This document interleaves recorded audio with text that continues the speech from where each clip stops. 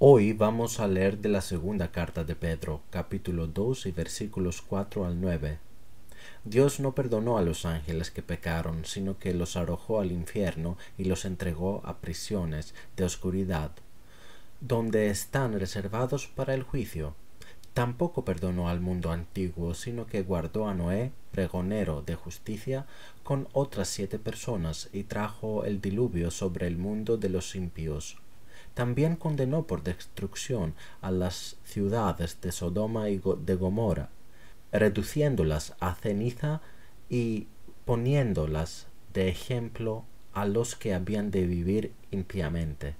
Pero libró al justo Lot, abrumado por la conducta pervertida de los malvados, pues este justo que habitaba entre ellos afligía cada día su alma justa viendo y oyendo los hechos inicuos de ellos. El Señor sabe librar de tentación a los piadosos y reservar a los injustos para ser castigados en el día del juicio. Y me gustaría comenzar con la última parte de lo que acabamos de leer. Parece un poco difícil leer que el Señor sabe salvar de la tentación a los piadosos. Con esa parte sí, nos sentimos cómodos, claro. Pero si miras hacia abajo, verás escrito que hasta el Señor sabe reservar a los injustos para el castigo en el día del juicio. Y aquí es donde me gustaría quedarme un rato para contarles. ¿Por qué? ¿Por qué los hombres acusan a Dios de ser injusto, de tener un corazón duro? Y quiero hacerles una pregunta a todos ustedes hoy, aquellos de ustedes que han luchado en su vida por ser buenas personas. No diré buenos cristianos, solo diré buenas personas, y digo esto por una razón específica. Así que te has esforzado por ser una buena persona en tu vida. Esta significa muchas cosas. Significa no intentar invadir los límites de la parcela de su vecino. Significa no tratar de robarle el pollo, refiriéndome a los viejos tiempos. Incluso hoy en día, cuando él está fuera durante el verano, durante las vacaciones, no deberías usar su propia manguera de jardín para regar tus flores. Pueden parecer cosas fáciles de evitar, pero muchas veces no se nos ocurre lo correcto de manera espontánea. Estabas peleando con eso y estábamos peleando con nosotros mismos, hermanos, para no hacerlo. Ser buenas personas, y repito una vez más, no buenos cristianos, porque hubo gente buena en el pasado. Nuestros ancestros, por ejemplo, que fueron excelentes en esta sociedad. Nadie se atrevía a decir una mala palabra de los demás, pero estoy seguro que incluso a ellos nada les salía automáticamente del corazón para hacer el bien. Sabían lo que era correcto hacer y lo hicieron a toda costa, incluso si eso significaba perder su trabajo porque sabían que no deberían mentir, o incluso con el riesgo de perder dinero por no querer actuar ilegalmente. Pues esta gente buena tendrá el mismo fin que la gente mala. Es posible. ¿Cuánta justicia hay en ello?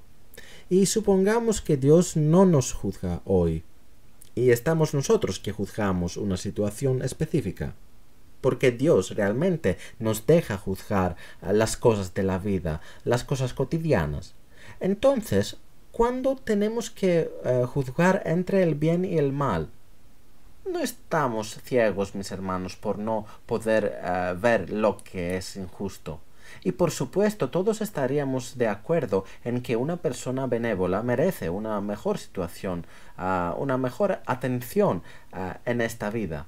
Por ejemplo, si nos pidieran elegir entre 2 personas mayores, ¿cuál de ellas debería ser alojada de forma gratuita en una residencia de ancianos? Habrían llamado a todos sus vecinos y cuando sea nuestro turno haremos una buena referencia a ese anciano conocido, porque ha sido él que nos ha cuidado hasta el día de hoy. Nos ayudó mucho llevó a nuestros hijos a la escuela, mantuvo nuestra casa segura cuando nos fuimos de vacaciones, regó nuestras flores cuando estábamos en el extranjero. Es Él a quien la sociedad preferirá para ser favorecida. Entonces, si nosotros, personas cuya justicia es como un trapo de inmundicia, como dice la palabra de Dios, si nosotros mismos pensamos y juzgamos con estos criterios, entonces ustedes, ¿qué piensan? Es posible que un Dios sea injusto, pero Dios realmente tiene razón y viene a poner las cosas en orden. Tener un orden sustancial en una sociedad, tener leyes en una sociedad, no significa que haya injusticia. Puedo no estar de acuerdo con que esta calle sea de solo sentido. No estoy de acuerdo. Quería conducir en la dirección opuesta en esta calle para llegar al destino más rápido sin tener que usar otro camino. Para algunas personas es muy conveniente, para otras no. Lo vimos aquí cuando cambiaron la calle afuera de nuestra iglesia en una calle de sentido único. Esto nos sacó de nuestra zona de confort. Pero, ¿nos quejamos o dijimos algo en contra de la administración? No dijimos nada, hermanos, y ni lo diremos. Las leyes se implementan para organizar un Estado y hacerlo lo más humano posible, para una mejor administración, para una vida más fácil. Incluso para el aula de una escuela, las leyes y las reglas se utilizan para poner las cosas en orden. Por ejemplo, ¿cuántos alumnos habrá en una clase? ¿25? No puede ser 40, solo porque este año se han matriculado más niños. No. Podría ser un máximo de 27 o 28 para ocasiones especiales, pero no más. Entonces, si nosotros como seres humanos, repito, ponemos nuestras propias leyes para tener orden en nuestra microsociedad, ¿qué hará Dios, hermanos míos, que no tiene ni principio ni fin? Es eterno y que desde el primer momento que hiciera Adán y Eva, lo primero y lo único que les pidió fue que no comieran del árbol del conocimiento del bien y del mal, pero tampoco obedecieron a eso. No les dijo nada más. De todos los árboles se pueden comer, pero no de uno en específico. ¿Por qué lo hizo así Dios? Podría proteger ese árbol desde el primer momento con un ángel, pero no lo ha hecho, hermanos. Obviamente quería enseñarle al humano algunas reglas, y ¿saben lo que hizo el humano al final? Anuló estas reglas e hizo sus propias reglas después de seguir los consejos del diablo como una serpiente. Y el diablo siempre quiere ir en contra de las reglas de Dios. Y tampoco es lógico cuando el Señor está en la cruz del Calvario y tiene dos ladrones, a diestro y siniestro. Uno se burla de él y le dice, si eres hijos de Dios, sálvate a ti mismo y sálvanos también. Mientras que el otro en ese momento comprende sus errores y distingue quién está a su lado y dice que Jesús es el hijo de Dios, es inocente, no hizo nada. Nosotros, en cambio, hemos sido justamente castigados. Y sigue diciendo, Señor, acuérdate de mí cuando entres en tu reino. Lo que significa que en ese momento reconoció a Jesús como hijo del Dios vivente. Y créanme, no es una admisión de que cualquiera pueda soportar cualquier último momento de su vida. No es que el Señor le haya hecho un favor. Ciertamente, por su gracia fue salvo. Pero quiero decir que el Señor vio algo en el corazón de ese ladrón y lo salvó. ¿Por qué no hizo lo mismo con el otro ladrón? O decir a los dos, vamos todos juntos a ver qué pasa allá arriba. Uno lo aceptó como su salvador, el otro no. Uno no entendió lo que el Señor estaba diciendo, pero el otro entendió cuán pecador era. Y así también el buen maestro lo comprendió, lo distinguió y lo llevó consigo al cielo. Entonces, ¿cómo comprenden? Algunas personas pueden haber argumentado que el otro ladrón fue tratado injustamente, pero no te trata injustamente. Al final del día, el ser humano es tan libre, sí, realmente libre. Somos tan libres con respecto a nuestras elecciones que podemos también elegir entre el cielo y el infierno. Sí, al final el infierno y el cielo son claramente nuestra elección, absolutamente nuestra elección. ¿Por qué estoy diciendo esto? Volvamos un poco a la creación del mundo. Dios creó ángeles. Entre ellos estaba Lucifer, el hijo del alba, que era el portador de la luz, es decir, el amanecer con la salida del sol. ¡Qué agradable! Se sintió orgulloso de sí mismo y también sedujo casi un tercio de los ángeles para que se rebelaran contra Dios. Y después Dios tuvo que echarlos al tierra. ¿Qué más Dios debería hacer con ellos? ¿Debería haberlos dejado allí arriba en el cielo? Obviamente no. Está escrito que incluso a los ángeles que han pecado, Dios los enviará al infierno para ser retenidos en el día del juicio. Sí, es lógico, hermanos, que haya algún tipo de clasificación según mi propia decisión. El diablo ha tomado su decisión. Eligió su lugar por sí mismo, nadie lo obligó a hacerlo. Simplemente se enorgulleció y se rebeló contra Dios. Como también sucede hoy en día cuando el hombre muchas veces se enorgullece de sí mismo. Como sucede hoy en día cuando el hombre decide de actuar individualmente. Sin embargo, tiene responsabilidad personal por sus acciones. Como hoy en día donde la gente no quiere tener a Cristo en su vida. El hombre quiere hacer lo que quiere para satisfacer su carne. O no quiere creer en Dios. Es su decisión, su elección.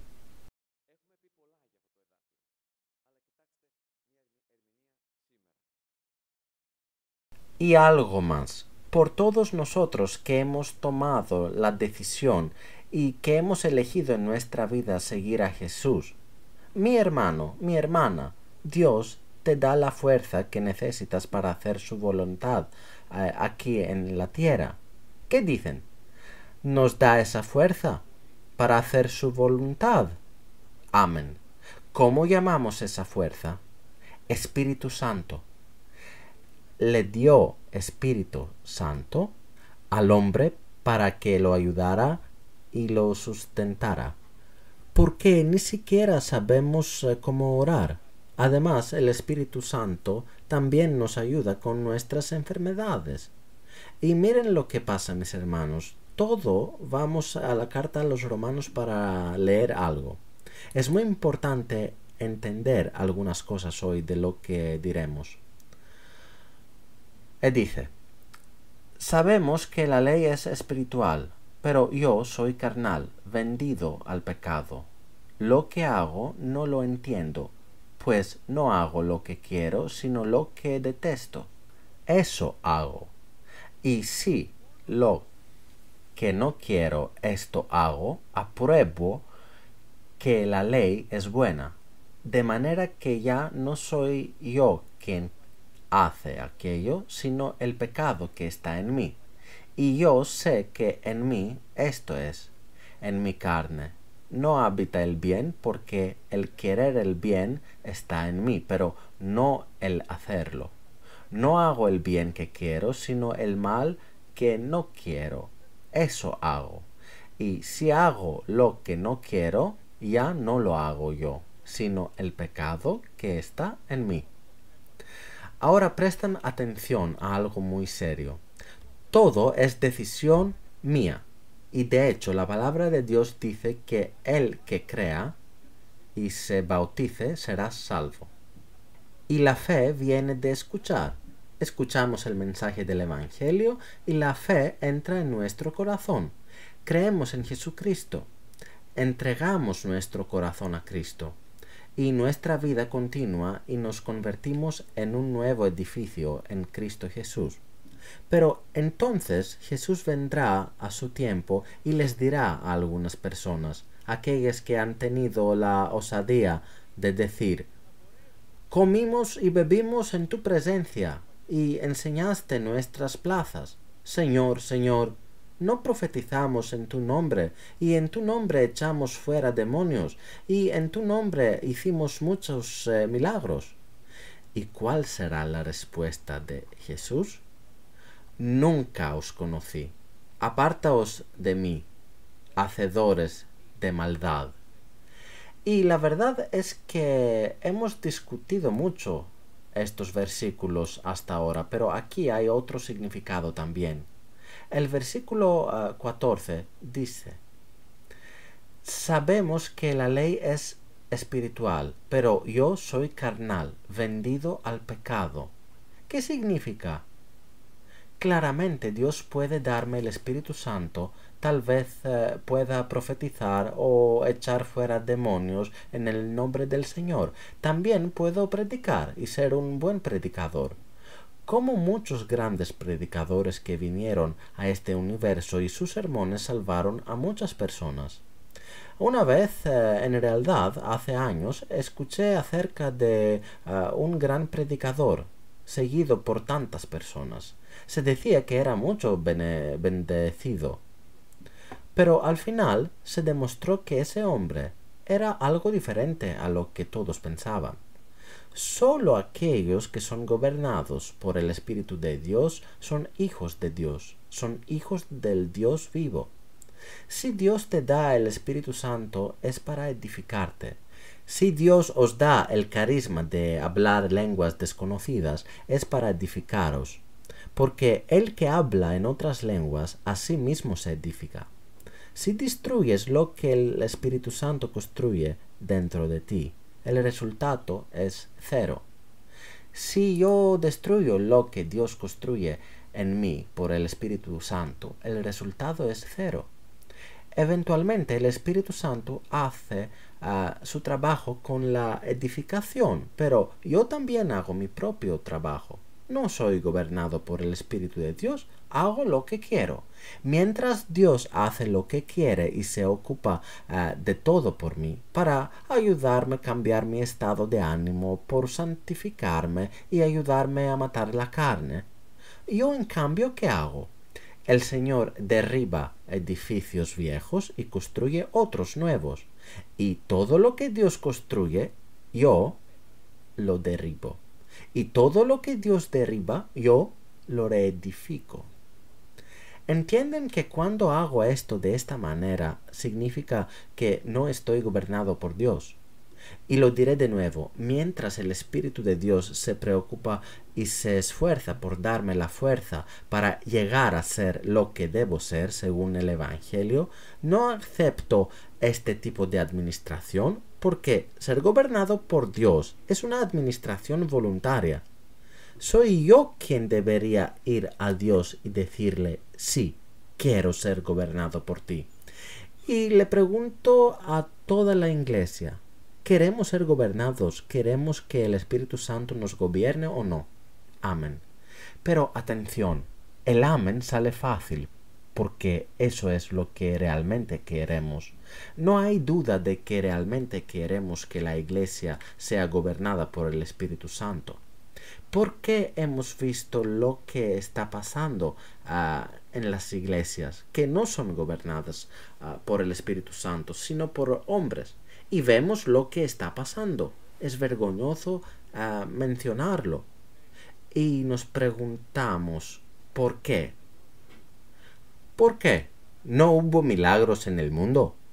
Los milagros se pueden realizar en muchas iglesias. y muchos pueden haber aceptado a Cristo en sus vidas.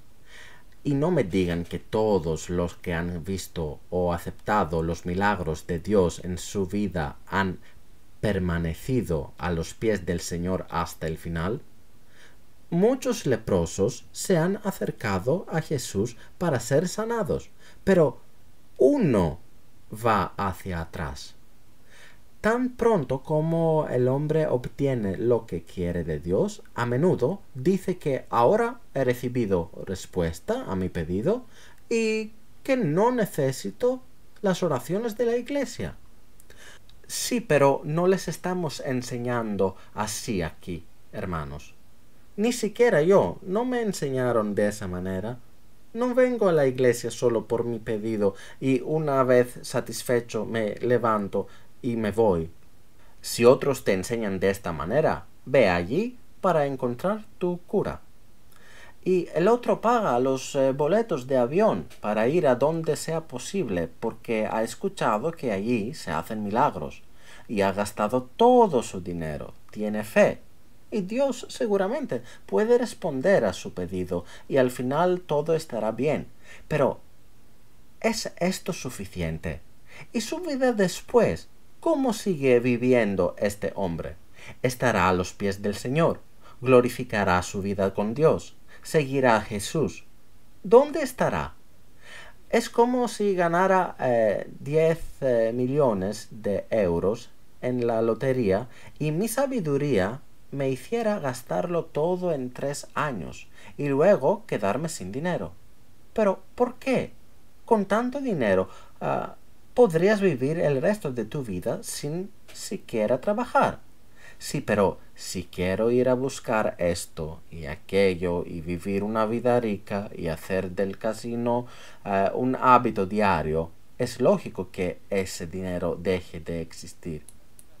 ¿Qué pasa entonces? Pues ser gobernados voluntariamente por Dios es lo que la Iglesia necesita entender hoy.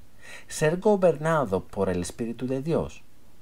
Que el Espíritu nos gobierne para que todo lo que hace el Espíritu Santo traiga resultados, para que no tengamos un espíritu de servidumbre y temor, sino un espíritu de adopción, adoptados ahora por Dios mismo, y para gritar Abba, Padre.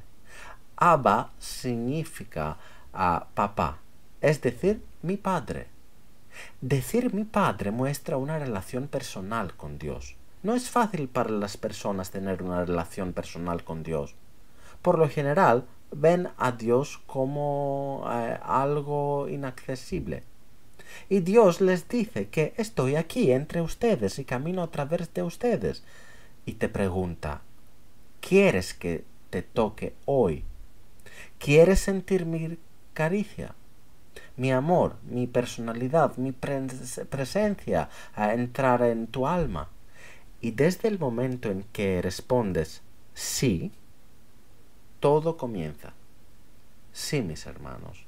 Tampoco perdonó al mundo antiguo, sino que guardó a Noé, pregonero de justicia, con otras 7 personas y trajo el diluvio sobre el mundo de los impíos. Sí, es así. Entonces, el Señor sabe librar de tentación a los piadosos y reservar a los injustos para ser castigados en el día de juicio. En los días de Noé, Dios ve y se da cuenta de que el pecado había llegado a su punto máximo. ¿Cómo es posible que el pecado alcanzara su punto máximo en unos 3.000 años o 6.500 años antes de Cristo? Tanto pecado, hermanos. Y hoy, ¿qué dice Dios con lo que ve? Nos hemos vuelto peores que Sodoma y Gomorra, hermanos. Quizás aún no os deis cuenta porque poco a poco la gente se fue acostumbrando a estas situaciones. Sin embargo, si pudieras traer a tu abuelo aquí para vivir en este ambiente, suponiendo que pudiera llegar a los 110 años de edad, ¿qué diría al ver todas estas cosas pecaminosas? Si pudiera usar el metro o visitar algunos lugares de la Atenas contemporánea, ah, te puedo decir con certeza que nunca más saldría de casa. Esas personas que vivieron en la década de 1930, donde las sociedades eran diferentes, ¿qué más decir? Estoy seguro de que se pueden entender, hermanos. Así que Dios vio todas estas cosas y advierte a Noé que comienza a construir un arca en la tierra. Empieza a predicar, como la palabra de Dios también se predica hoy. ¿Y qué nos contestan? No es posible de que el secuestro de la iglesia suceda. La gente dice las mismas cosas que decían en los días de Noé. Nosotros decimos que se preparan para el rapto de la iglesia y ellos responden, claro, es otro cuento de hadas. Como también le dijeron a Noé, puede que llueva tanto que el enorme barco que estáis construyendo se levante del agua y zarpe sobre nuestras casas. Y siguen diciendo, el secuestro de la iglesia es un cuento de hadas. Y nosotros le seguimos diciendo, entren todos al arca. Y tú, sube al barco. No, no tengo nada que ver con ustedes, déjenme en paz. Quiero vivir mi vida como quiero, no quiero el barco. Navegaré solo hacia destinos desconocidos. ¿A dónde nos llevará ese barco? No lo sé. Nosotros como fieles sabemos a dónde lleva este barco. Conduce a nuestro Señor. Allí es donde iremos. ¿Cómo estará allí?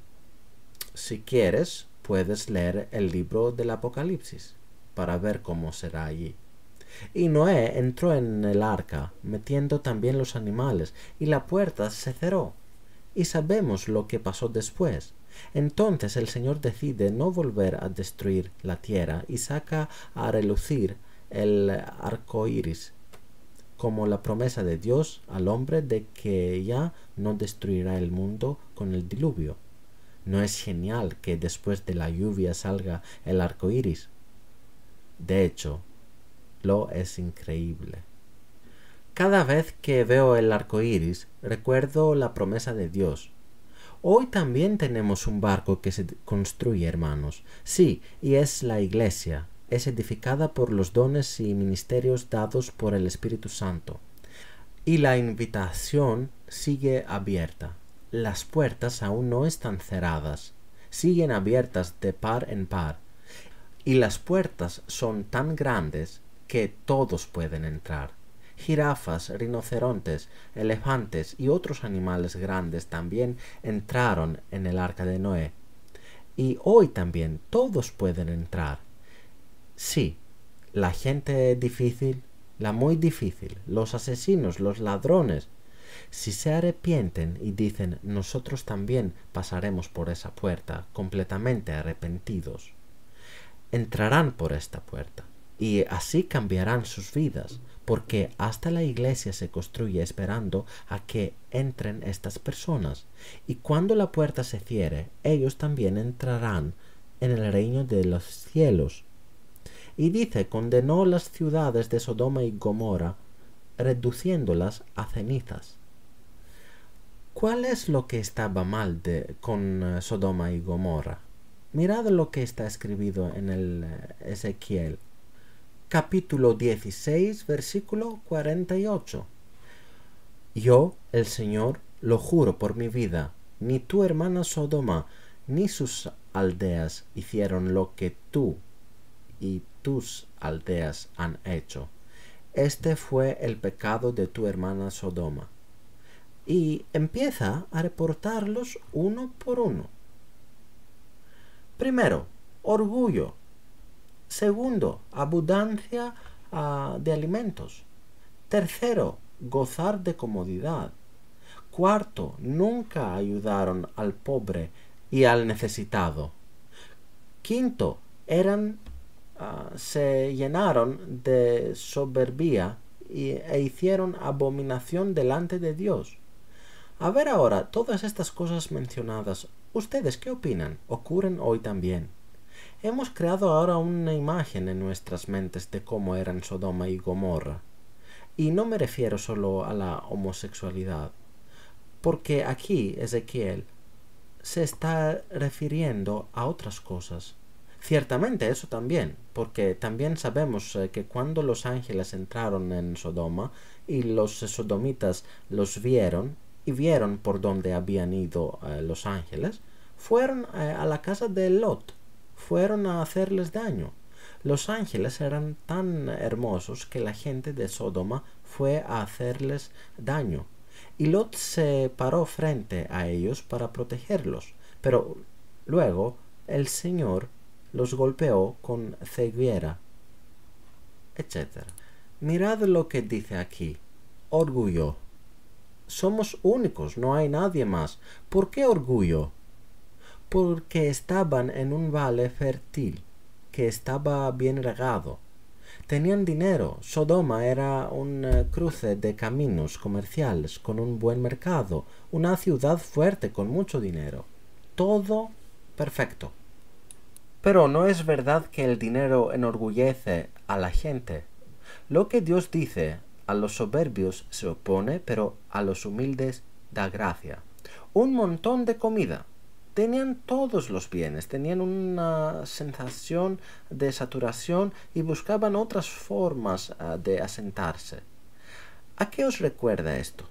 Quizás los hijos de familias muy ricas que llevan drogados desde los 15 años y tienen todo a su alcance. Lo tienen todo. ¿Qué más hay que hacer? Así que prueban la cocaína y Dios sabe cuál será su final. Sí, tienes todo en tu vida. Y saben que de hecho hay cristianos que podrían ser ricos en este mundo. Hay un hombre famoso llamado Colgate, que era un cristiano rico que siempre daba parte de sus ingresos a los pobres y la iglesia. Pero ya saben, una cosa es agradecer a Dios por lo que tienes en tu vida y otra, decir que mis manos han hecho todo esto. Una vez tuve un cliente del que estaba muy orgulloso. Era un contratista de obras. Y había logrado construir muchos apartamentos, sus propios apartamentos, y él venía a decirme cada vez con una cara extraña y orgullosa. Me hizo sentir bastante miserable, diciéndome: tú te sientas en el mostrador vendiendo aspirinas y medicinas. Déjame decirte algo. Yo construí todos estos edificios con mis brazos. Yo le respondí diciéndole: bien por ti. Mis manos no pueden hacer estas cosas. Y un día se le paralizó completamente el brazo izquierdo y después de algunos días también el derecho. ¿Saben lo que entendí al final? Que al final sus brazos quedaron completamente débiles y todo lo que había construido fue inútil. Y que no podía usar una máquina ni sostener un tenedor para comer. Recuerde a un creso griego muy rico que tenía los párpados caídos y le pusieron pinzas para la ropa sobre los ojos para poder ver. ¿Qué hacemos, hermanos? Él será el final. Lo de poder tener y disfrutar de algunos bienes en nuestra vida es pura gracia de Dios. Lo que Dios te ha dado es la gracia de Dios y le pertenece a Él. Pero incluso durante el Imperio Romano, ¿qué estaba pasando con toda esa prosperidad? La hilaridad, la relajación, la distancia del Dios. Y luego, una cosa más para todos ellos. A pesar de tener tanto dinero, no ayudaron a los pobres y necesitados. Aquí otro tipo de Sodoma y Gomorra.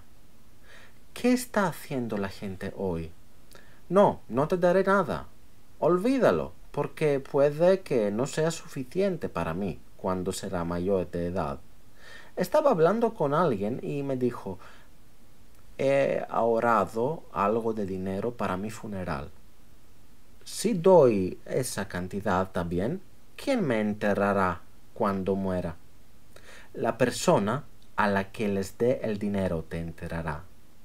Les dirá, mira, te daré mi dinero, pero prométeme que si muero te harás cargo de mi funeral. Pero espera a que te diga algo más. Hay un buen versículo que debes tener en cuenta.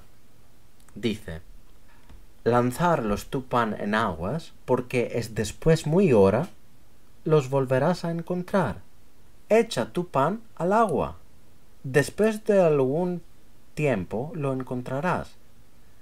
Sí, cuando tendrás hambre lo encontrarás frente a ti. Mis hermanos, he visto pasar esto en mi vida, sinceramente. No tengas miedo de ayudar. El bien te lo devolverá, Dios mismo te lo devolverá. Y esto no es un proverbio popular, es la palabra de Dios. Pero supongamos que esto pasa en la iglesia. Por ejemplo, un hermano dio todo a los pobres.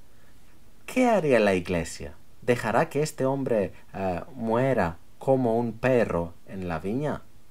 Como iglesia, no organizaríamos un funeral para él. Deja que el miedo se vaya. No pienses en lo que pasará si se acaba el dinero. Lo que sucederá.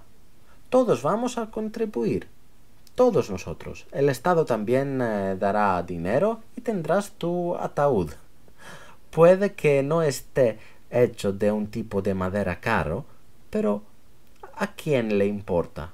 Aunque está hecho de madera contrachapada, confía en mí, nunca lo notaremos. Pero, ¿de qué nos preocupamos?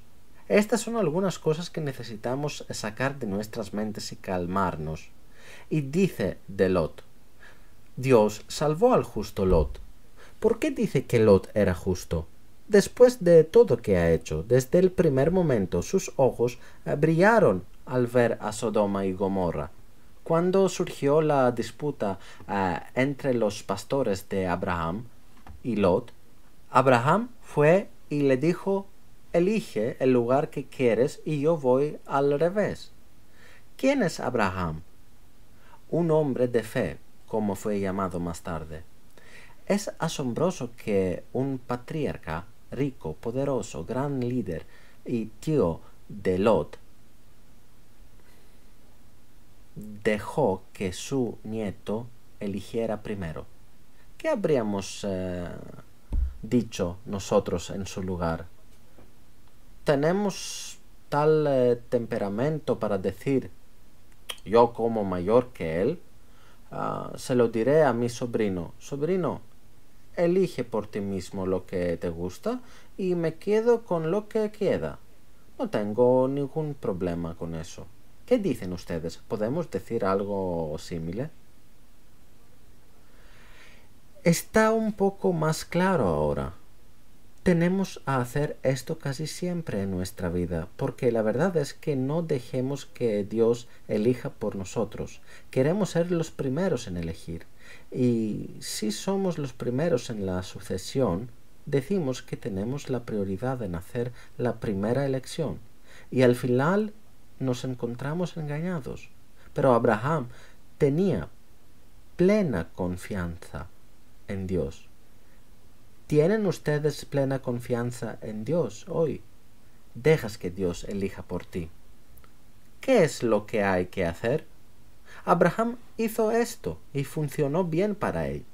Se alió perfectamente. Lot fue a Sodoma y Gomorra. Sus ovejas tenían mucho alimento para comer y tenían verdes ríos y valles. Pero la gente allí no era tan buena. ¿Por qué eliges el lugar que no te conviene para ir a vivir? Sí, es posible que ya lo hayas examinado, pero ¿cómo Dios te da una prohibición en tu corazón? ¿Por qué quieres hacerlo por la fuerza? Ya que estás un poco preocupado por este dilema, sientes que está mal. Entonces, ¿por qué insistes? ¿Por qué piensas solo en cómo cómodo que te sentirás, cómo ganarás dinero, cómo les irá bien a tus ovejas? Y no miras a ver si tu alma se lo va a pasar bien allá abajo. Y Lot vivió allí durante unos años con sus hijos. Tomó lo que tomó y llega el momento en que Dios le advierte a su amigo Abraham que lo salve. Así es como sucede siempre. Los hijos de Dios son advertidos directamente por el Señor. Ellos no tienen intermediarios. Su mensaje es dado directamente por el Señor. Dios va a Abraham y le dice que destruiré a Sodoma y Gomorra. ¿Qué estás haciendo?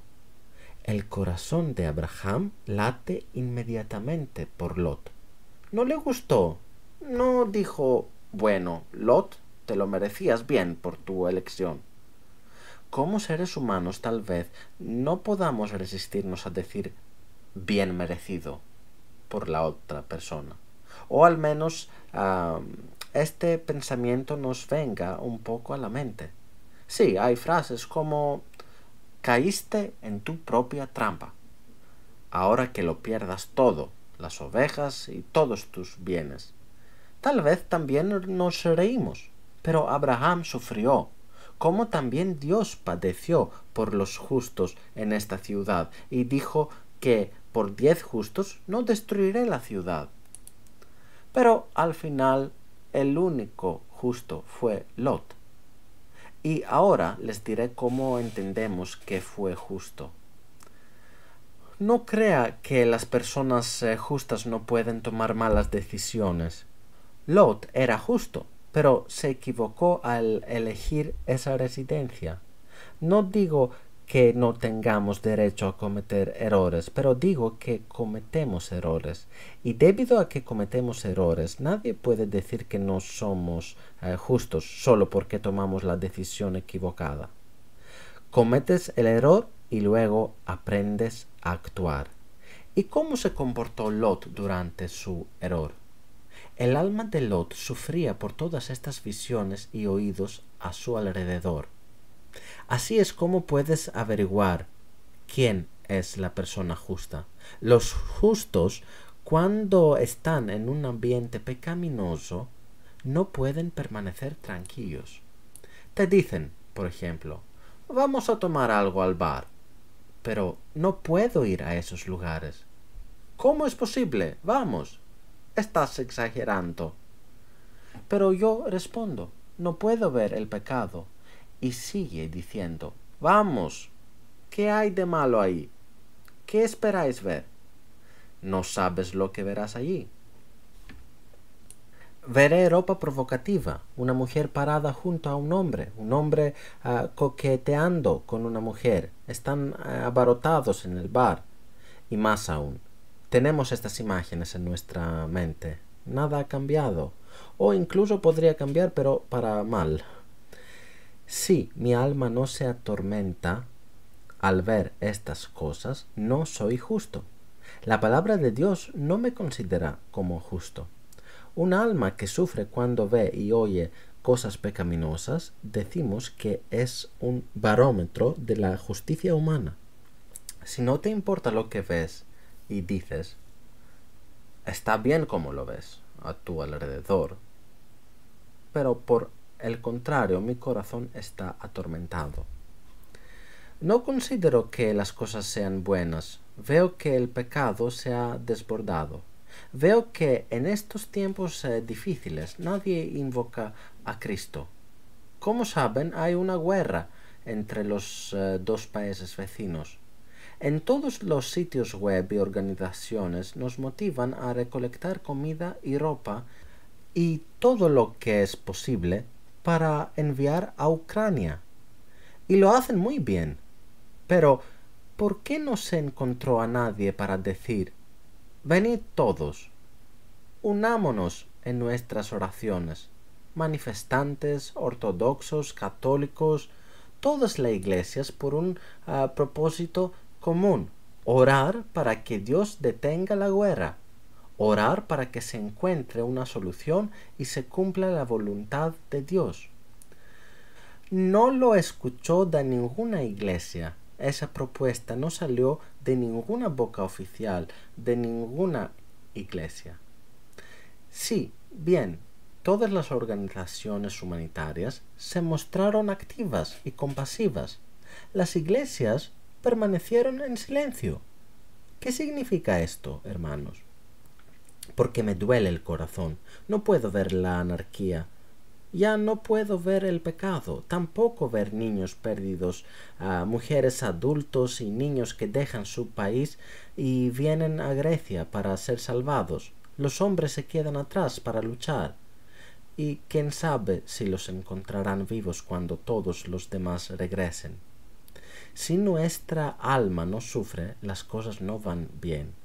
Bueno, este país está lejos de nosotros. ¿Por qué no somos Moldavia? ¿Cómo no somos Bielorrusia? No nos importa. Entonces el Señor sabe cómo salvar a los devotos de la tentación y cómo castigar a los injustos en el día del juicio. Y ahora lo entiendes. Mientras que la justicia del hombre es como un vestido sucio, la justicia de Dios brilla como la luz. Está claro quién es justo ante el Señor. Tengo que ir a la corte la próxima semana porque la policía me llamó para testificar por alguien. Me preguntaba quién es esa persona por la que tengo que testificar. Entonces voy a ir a la estación de policía para averiguar qué es.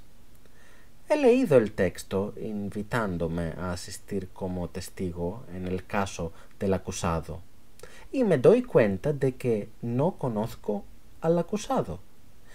Sin embargo, quizás conozco al acusador. No tengo ni idea. No había nada más escrito en el texto. Y estaba pensando dentro de mí, por lo general, no recuerdo los accidentes. También olvido lo que comí ayer. Entonces, si ese es el caso y me llaman a declarar, ¿cómo puedo ser justo? ¿Cómo diré la verdad si no me acuerdo? Diré que no me acuerdo. He creado varios escenarios en mi mente y por supuesto no puedo fingir que estoy enfermo y no ir. Podría encontrar un médico que me escriba una excusa falsa, pero esto tampoco es justicia. ¿Qué estamos haciendo? ¿Qué justicia podemos tener en los casos en que no recordamos nada? Diremos todo lo que recordemos, y si solo recordamos diremos algo. Finalmente, por eso dice el Señor que la justicia del hombre es como un trapo sucio. El caso obviamente no será aclarado por lo que presentaré. Habrá huecos. Dado que cada moneda tiene dos caras, siempre debes saber y es mejor escuchar siempre ambas caras en cualquier caso problemático antes de decidir a quién apoyarás, quién de los dos tiene razón. Y sabes que siempre esto es lo correcto hacer en tu vida. Una pareja, por ejemplo, se divorcia y se dice que es culpa del hombre, no de la mujer. Espera, algo está pasando, las cosas no son tan simples. Recuerdo a mi abuelo en el pueblo. Tuvo un conflicto con su hermano llamado Serafín. No se hablaban, se estaban odiando. Nosotros de niños íbamos durante la Pascua a jugar con nuestros otros primos que vivían en la casa de enfrente. Nuestro abuelo nos decía: nunca más debéis ir a esta casa. Pero, ¿por qué, abuelo? ¿Por qué alejarse de esta casa? Nosotros como niños queríamos compañía para jugar. Nunca vayas allí. ¿Pero por qué? Y así, después de unos años, nos aprendimos de la verdadera razón de este odio. es que el hermano de nuestro abuelo había ampliado su terreno un poco más de lo debido, como un metro más cerca, un metro de la carretera, una carretera por la que nadie en el pueblo pasaba. Para entender, estas dos eran las últimas casas del pueblo, y la calle también era tan grande que podías estacionar dos autos. Y en vez, en vez de sentarse juntos en una mesa a buscar una solución, ¿qué pasó? Uno decía, me lo merezco, y el otro decía, no, no te lo mereces, no es tuyo. ¿Dónde estaba, pues, la justicia? Entonces la justicia que estaban tratando de encontrar era lo de no hablar entre ellos, no tener contactos, y así el problema también ha pasado a las siguientes generaciones. Esta es la justicia de los hombres. Dios nos bendiga. Queremos que Dios nos libre de las tentaciones para estar con profundo respeto ante nuestro Señor Jesucristo. Amén.